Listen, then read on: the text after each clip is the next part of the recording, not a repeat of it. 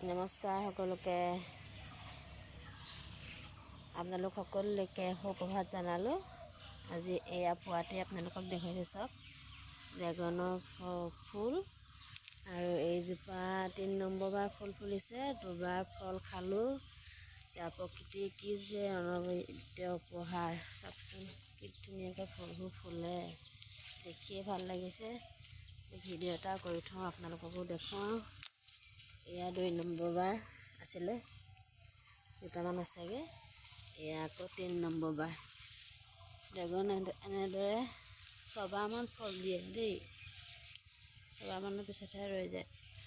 কি ধুনীয়াকৈ ফল ফুলি আছে, ফুলবোৰ দেখিয়ে বহুত ভাল লাগে। মোৰ চবতকৈ বেছি ভাল লাগে ফলৰ কলি বা ফুলৰ ভিতৰত এই ড্ৰেগনৰ ফুলকেইটা মোৰ আটাইতকৈ প্ৰিয়, বহুত বেছি ভাল লাগে।